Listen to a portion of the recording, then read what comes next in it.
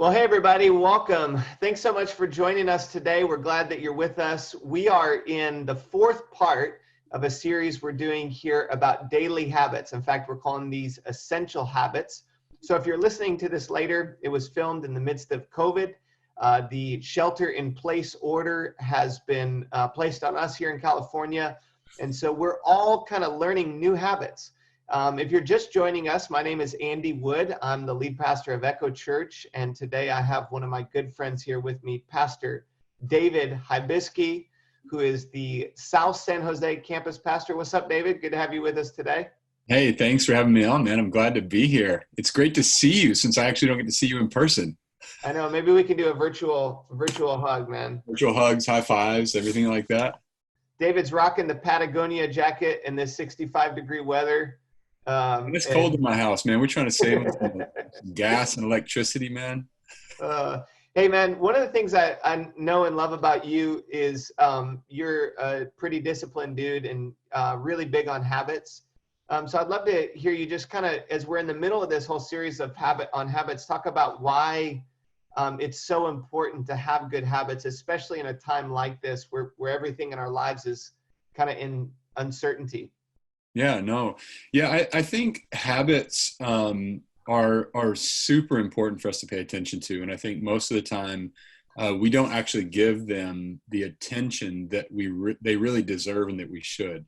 All of us have habits. I mean, we all have things we do every day, and a lot of us do them without thinking about them. And I think the real powerful thought for me happened a few years ago is when I started looking at my life, and I was asking the question, what habits are helping me and what habits are hindering me? Mm-hmm. And because I have both. I have the ones that are helping and the ones that are hindering, and really paying attention to doing like a habit inventory was really powerful to go through that. And I came across this quote that really has impacted me since. It's a John Maxwell quote. And he said, "You'll never change your life until you change something that you do daily. The secret of your success is found in your daily routine." That's good. And I think that's where habits really come into play in our life. That's really good, man. Yeah, and I think it's been kind of interesting, even as I've been interviewing different people this week, to see how pressure pushes you into your habits. So like both good and bad. Those habits that already exist that are there, that are bad habits, you can feel yourself drawn to those. I was asking Brandon, who was on the line yesterday, talking about this idea of physical exercise. And he was saying how in the midst of this, he's actually been exercising more, eating more healthy. So he's pushed further into his good habit. One of the habits that I think is easy to compromise on is the one we're going to talk about today. And that's get yourself some rest, or get your rest. And this is kind of like going back to the old adage where our moms or our dads used to tell us, like, you need your sleep. And I find that in kind of this all on with technology, a lot of people are working from home with Zoom, maybe watching extra, Netflix videos. Perhaps you got kids in the house. It's easy to compromise on sleep and on rest and powering everything down. So let's talk about why is it so important for people in the midst of this craziness to get good sleep and get good rest? Yeah, for sure, man. I think it's incredibly important because I don't know about you, man. Andy, I think we can relate with this. We talk a lot about, like, in leadership, like there's the pressures of you carry the weight of it. You got your family, anxiety can come in this time. And the less rest you have, the easier it is for you to buy into those thoughts, because you're not thinking. When you're exhausted, when you're tired, you're not thinking clearly. You're Right. not able to really process information well. And so I think your rest all plays into, how do I think? How do I operate? It plays into my mood. I mean, when I'm trapped in my house and my only getaway is like a walk on the sidewalk, like Right. like my rest is so important. Yeah, that's good. And I think it's important for those of us who maybe have a lot of pressure with decisions with our job. Rest may be more important now than typical. One of the things that I really have been working towards during this time is getting between 7 to 8 hours of sleep and making that a goal. And I know that there are some people out there that you're just like, you're the aberration, or you're kind of that one who can live off of 5 or 6 hours, and, more power to you if that's you. But I also would kind of encourage you to absolve yourself of any guilt that you might feel around the amount of sleep that you need during this time. Maybe even I felt the first week, especially when we were making all these changes to the organization, pivoting, I actually felt the need for more sleep during that first week because it was all on. There was a ton of pressure. I also think that there's a spiritual side of this that is really important. There are verses in the Bible that, like Proverbs, that talk about that God gives rest to people, that the rest that we experience would be peace. Even in the Psalms, that God gives rest to those that he loves. And let's talk a little bit just briefly about the spiritual side of this, why it's so important for us to rest on a daily basis.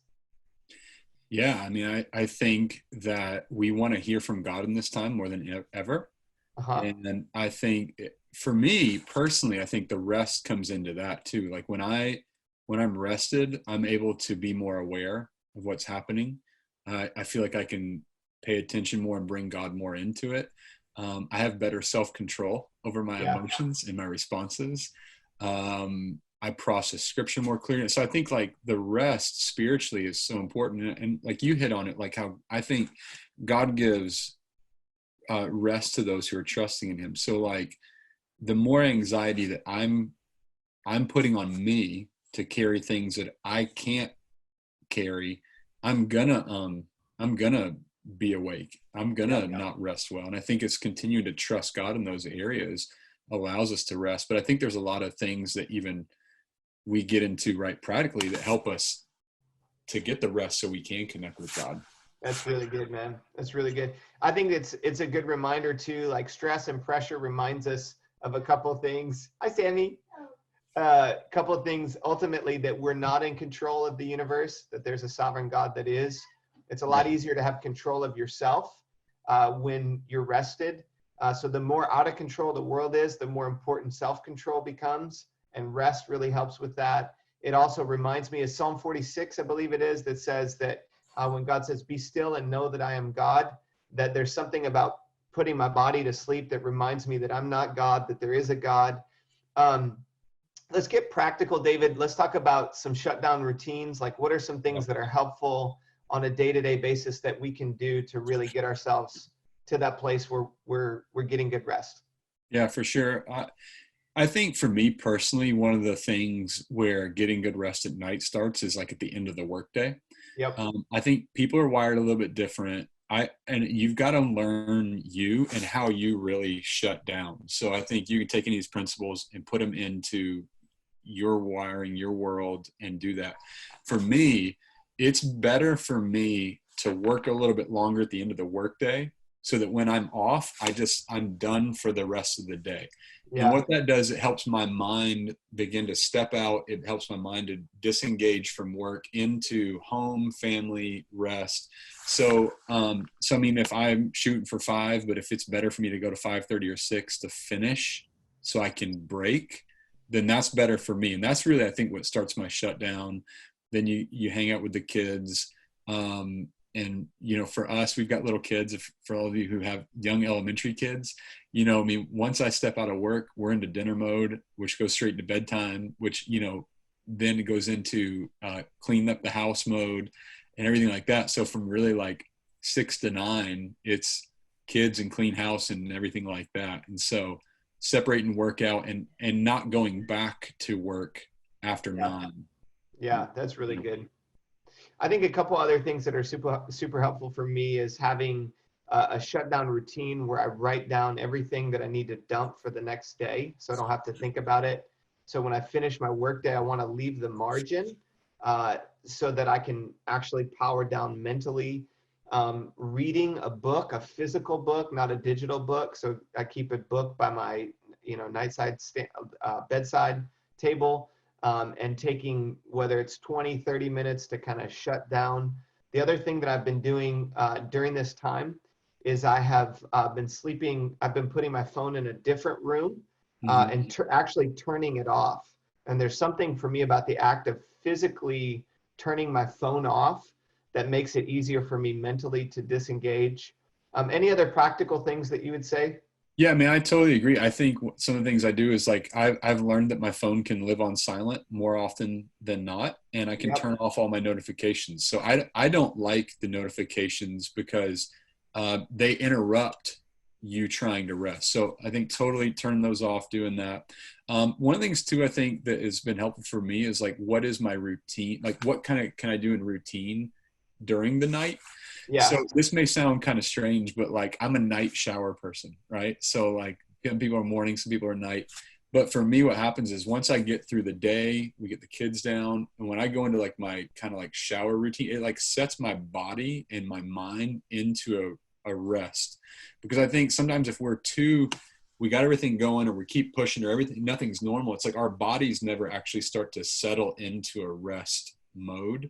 So like Hmm. what kind of routines even can you have at night that's just helping your body even get into, I'm going to rest, because that's going to help you get better sleep at night.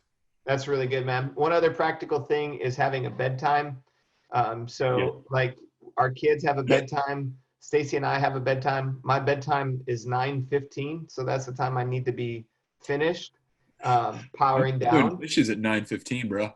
It's amazing, man. You have more energy at the night too in the night I than I do. do. I do. So I'm like I just am shot. After we get the kids in bed at 8:15. Stacy kind of jokes with me. I have a hard time staying awake for movies. I'm a zombie. So the other thing too is that sometimes you do have things that you need to tie up on the end of the day, text messages, maybe emails and all that. But just having some time that you're mentally, that's the finish line for the day, I think is super helpful. And then to give yourself some level of accountability on that, because if your body is going to sleep at the same time every day, it's helpful for establishing that routine, shutting it down. There's a lot out there about an hour of margin with the blue light with your body, how that messes with you mentally. So any other practical ideas before we wrap it up, bro? Man, I think you hit a lot of them right there. And I think the big thing what I'd say is like you can tell even just from talking to the two of us, like we have different types of energy at different times, but we both have consistent rhythms and habits that are both Yeah. helping us. And I think that's the important thing, is to say, what are the habits I can take that I'm hearing and put in my life that's helping me? And then really come back and say, what's hindering me? So if you're like laying on bed in your phone like that, that's going to mess up anybody, no matter what time your bedtime is. It's going Right. to mess you up. So really come back, analyze yourself, and then get to work at it. And I think when you look at it, put them into practice, bounce back when you mess up, give yourself some grace, but keep getting better. That's awesome, man. Well, I hope that you guys have found this helpful. If you are finding it helpful, we'd love to know about that. We'd love for you to share it with your friends. Thank you for those of you who have commented or shared this on Facebook or YouTube or Instagram, helping other people. Basically, what we're trying to do in the midst of this crazy season of life is just put tools in your hands. And we want to encourage you and bless you that you would have great rest, that you would be able to rest knowing that God is in control of the universe. And that you want to say hi one more time? Hi. That's Sammy. So he loves to sleep. Don't you come over here for a second? Say something about sleep. Sammy loves to sleep, don't you? You want to go sleep right now? Come over here so Pastor David can see you. What's up, Sammy?